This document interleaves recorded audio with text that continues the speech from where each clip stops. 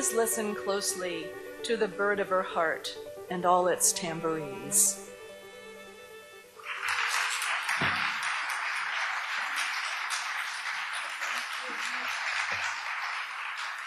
Thank you so much for your gorgeous introduction and for your tremendous reading, Stuart. It's a gift to be here. Echoed and deep thanks to Miles and Susan and Jen and all of you and Caitlin. I feel lucky. I also feel really lucky to get to, I have my watch,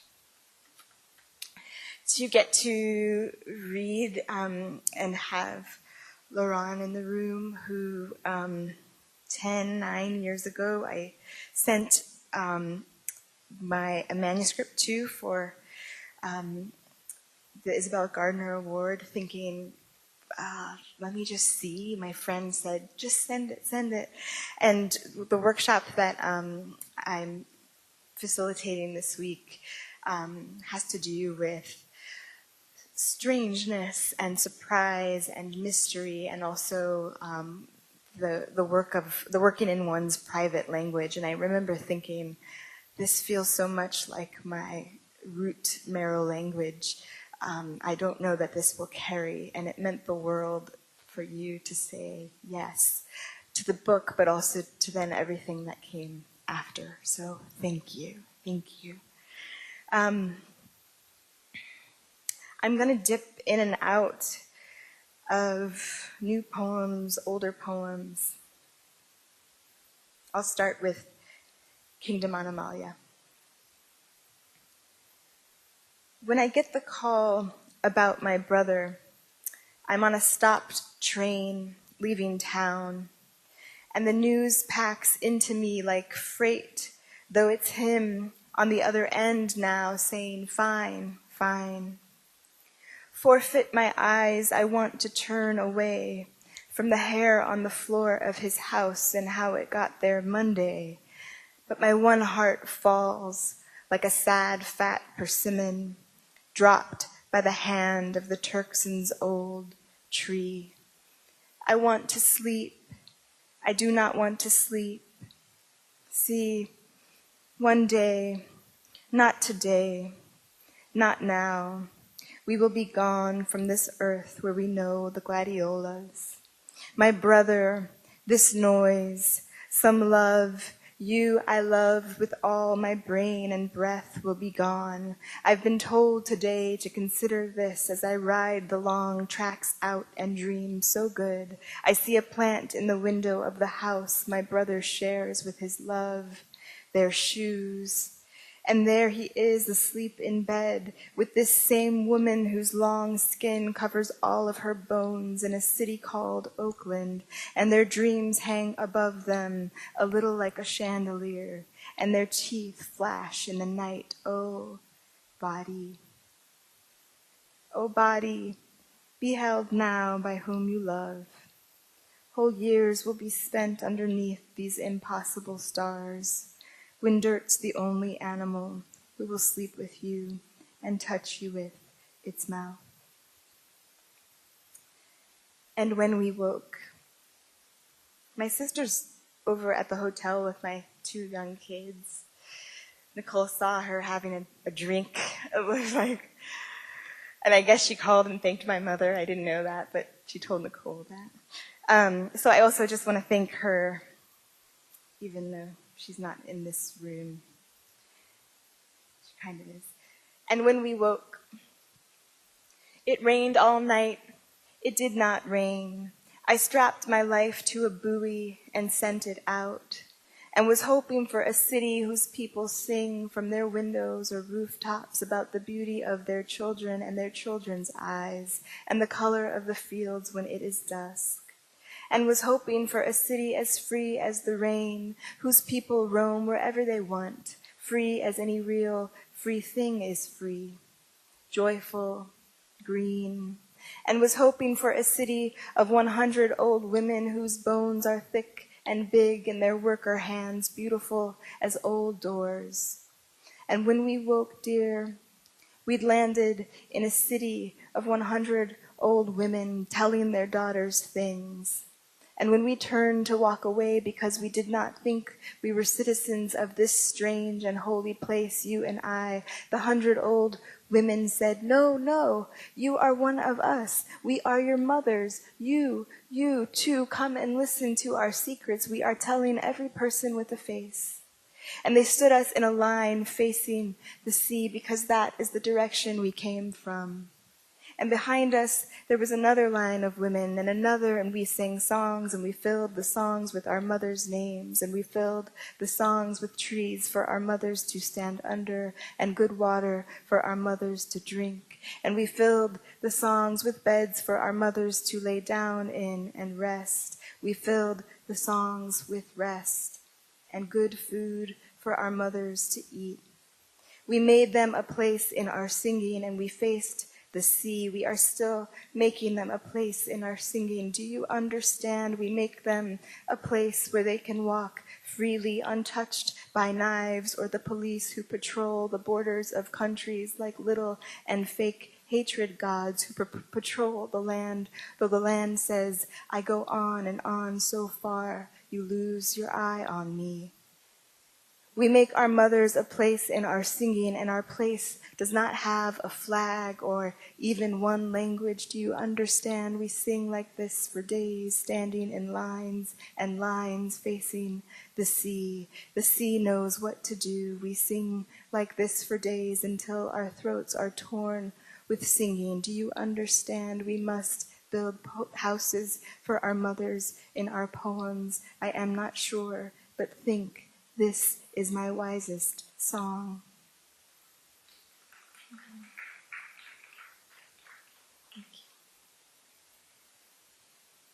The wood lice, fourth estrangement. The wood lice, we called them roly-polies growing up, those little bugs that curl up.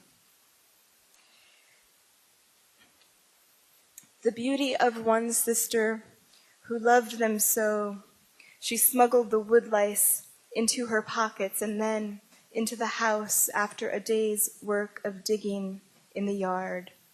And after the older ones of us had fed her and washed, she carried them into the bed with her to mother them so that they would have 2 blankets and be warm. For this is what she knew of love. And the beloveds emerged one by one from their defenses, unfolding themselves across the bed's white sheet, like they did over 400 years ago, carried from that other moonlight accidentally or by children into the ship's dark hold, slowly adapting to the new rooms of cloths, then fields. And we, the elders to that sister, we, having seen strangers in our house before, we, being older, being more ugly and afraid, we began then to teach her the lessons of dirt and fear. I didn't write this poem. This is a note that I've called On Poetry and History after Joy Harjo. It is what I saw many years ago. On a panel of men who spoke about history and poetry, she sat quietly for much of it. They, the men, were saying strong things, good things, but in authoritative voices, voices that knew they knew things, and she remained the only quiet one. She listened as if she weren't listening. Her face looked forward. Her quiet seemed distant. It had a straight back. And then she interrupted one of the men and said something like, "That reminds me of the time."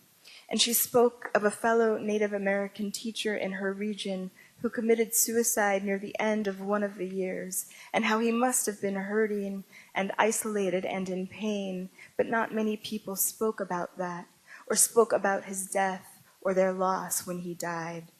It was swept away under the rug. That was the phrase she used. And she said she was at home one day and looking out of the window, and she noticed a black thread or string there floating in the frame, and she observed it for a while floating there until she realized that that black string was grief. The grief of the professor, the grief of the students, her own grief, the grief of silence, a historical grief, and that she knew that it was her job to take that thread and put it somewhere, weave it into the larger tapestry. She made a gesture then, as if that tapestry were just above her head. She said it was her job to put that grief in its place, or else someone, some child or grown person would be out walking and just walk right into it without knowing what it was they'd walked into, what they had then inherited in a way, what they were then carrying and feeling, the danger of that, the grief of that. And that was what she said about poetry and history, and that is all I remember from all of the things that were said that entire day.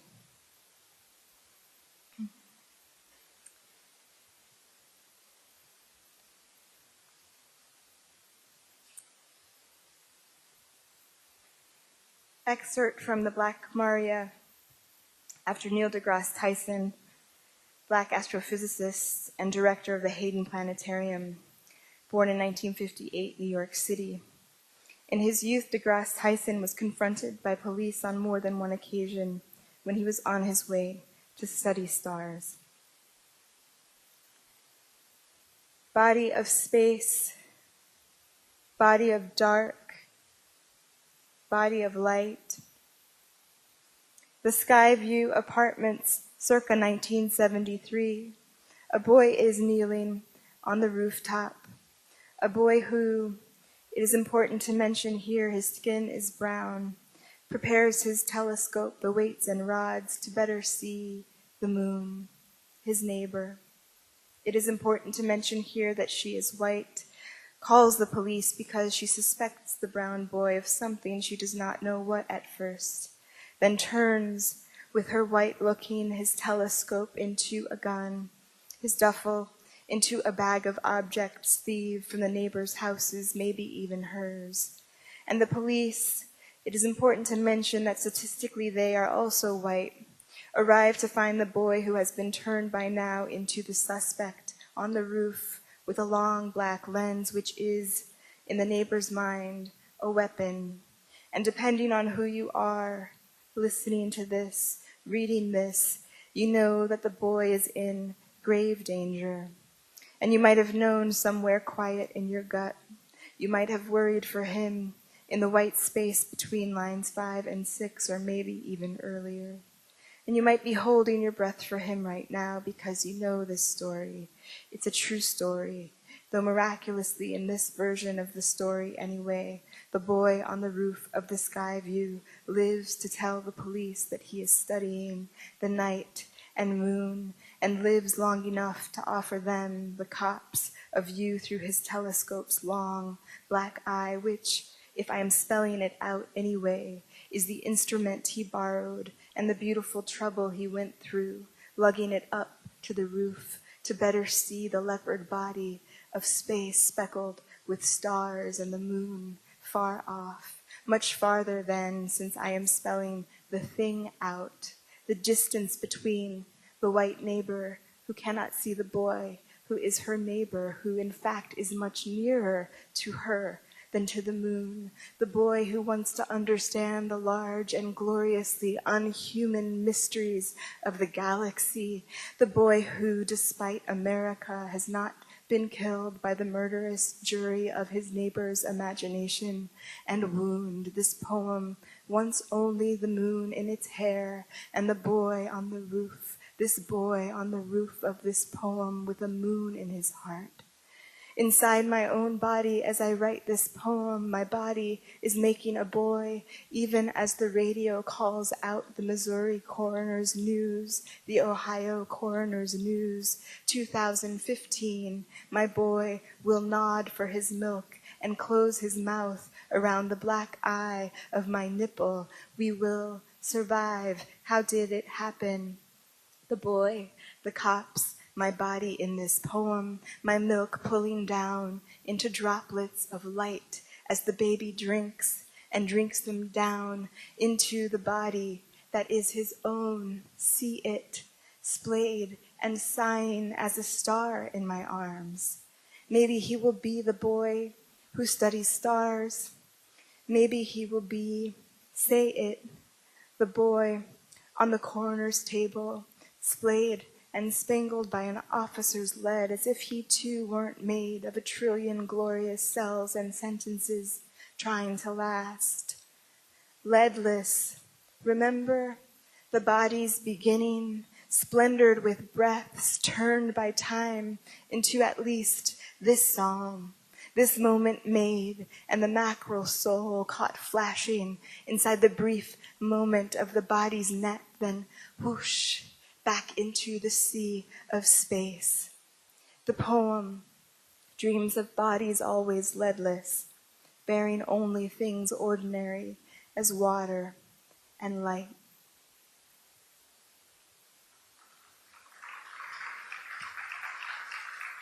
Thank you.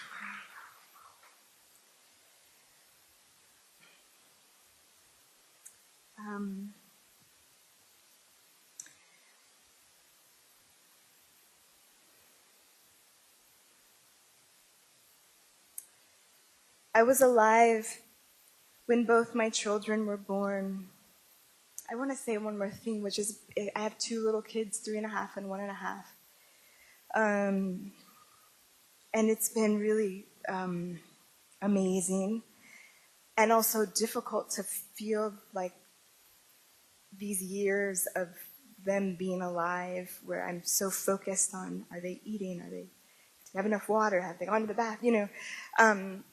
And there's so much work to be done, I suppose always in the world, but the tension between the work that I'm giving and doing for this tiny family and the other work I feel I need to be doing in the larger world and thinking about having a family and the economy and who I choose with my money to pay for and who I choose not to pay for, and the heartache of that. I was alive when both my children were born. It was May, then it was June. Snow fell through our heads, and I was surprised that of all the animals, it was the snow who came. From the moment my children were born, before that, we were buying them away out of my body. We are buying their lives, my lives, their fathers' lives. We draw a circle around us. This is what we can pay. What will that get us? How much time? Outside the window of my childhood, a crow stands emptying its throat. Here you go. I am emptying my throat too. Ceremony for remembering the Doorless World. October, where 3 wee horses mark ground, turn snake our necks inside the Guayla circle, my Aranchi. Etan, child fox out my 4th mouth, you drank. Then the year went dark, and our own flowers and fires and what we thought we were. Though still our faces opened to the whooping of coyotes at the canyon rim, how they throw their voices out, falling starless veils of lace over our still black heads. Awake I sit centuried with all my sight, and the purple fennel musting after rain. This hour become my canyon, become my bottom of the world, listening for your breaths to ward off non-breath. Parent, my son, a flicker barely born already, withstand the blanched eye of our grief. One morning with our faces crying into the arroyo, it answers, once there were no doors on earth, not a single one.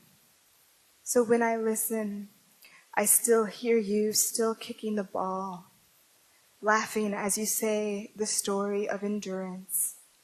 And the women flutter their flickering tongues, a flock of sound, suddenly a flight to be for you both here and further. They throw their voice birds over the births.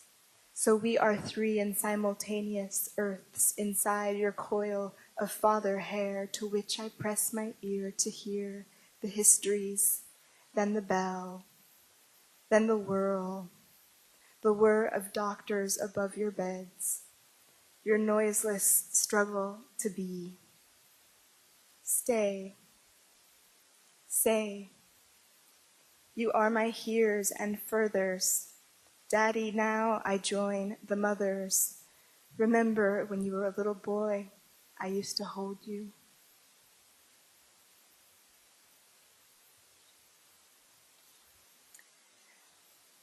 Some people here have seen a placenta. I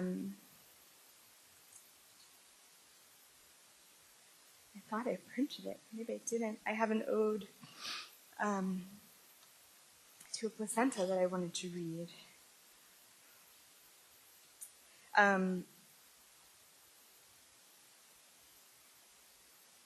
If you haven't seen one, try to see one.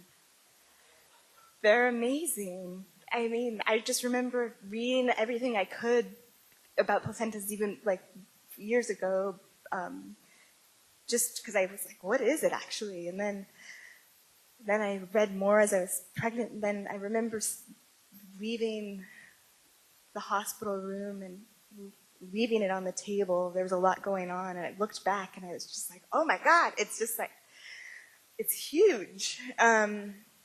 It's amazing. Placenta shed my lichen, my book, my organ, my slop, your cake, my slab, our moss and I, and sack of meat on which the baby fed from me, who was not me, then rode away inside her own horses, lovingly, was shooed my garden nest, that realm, my stray and matted hair, your gut and veils, your hoodmo room of minerals and weight, my flea and struggle table, my splay at which we met in darkness, though I left you there, my sorry, desiccated by hospital light. Grandmother, my dog, following our child out, though you knew the air would kill. Elder, my elder, but also the baby and baby twin, her mother, her me, her meadow of wild flowers who, when I had no hands, no mind, took care of her and made her live.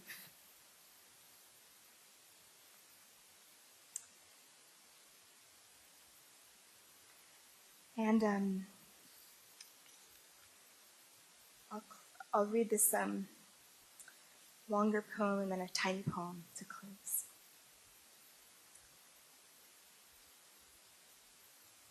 You are who I love. I was invited by Split This Rock to send a poem on January 20th, 2017, in response to thinking about inauguration. You are who I love. You selling roses out of a silver grocery cart. You in the park feeding the pigeons, cheering for the bees. You with cats in your voice in the morning feeding cats. You protecting the river. You are who I love. Delivering babies, nursing the sick. You with henna on your feet and a gold star in your nose. You taking your medicine, reading the magazines. You looking into the faces of young people as they pass, smiling and saying, all right, which they know it means, I see you, family, I love you, keep on. You dancing in the kitchen, on the sidewalk, in the subway, waiting for the train because Stevie Wonder, Hector Lavoe, La Lupe. You stirring the pot of beans, you washing your father's feet. You are who I love. You reciting Darwish, then June, feeding your heart, teaching your parents how to do the Dougie, counting to 10, reading your patient's charts. You are who I love, changing policies, standing in line for water, stocking the food pantries, making a meal. You are who I love, writing letters, calling the senators. You who, with the seconds of your body, with your time here, arrive on buses, on trains, in cars, by foot, to stand in the January streets against the cool and brutal offices, saying, your cruelty does not speak for me. You are who I love, you struggling to see, you struggling to love or find a question. You better than me, you kinder and so blistering with anger. You are who I love, standing in the wind, salvaging the umbrellas, graduating from school, wearing holes in your shoes. You are who I love, weeping or touching the faces of the weeping. You, Violeta Parra, grateful for the alphabet, for sound singing toward us in the dream. You carrying your brother home, noticing the butterflies, sharing your water, your potatoes and greens. You who did and did not survive, you who cleaned the kitchens, you who built the railroad tracks and roads, you who replanted the trees, listening to the work of squirrels and birds. You are who I love. You whose blood was taken, whose hands and lives were taken with or without your saying, yes, I mean to give. You are who I love.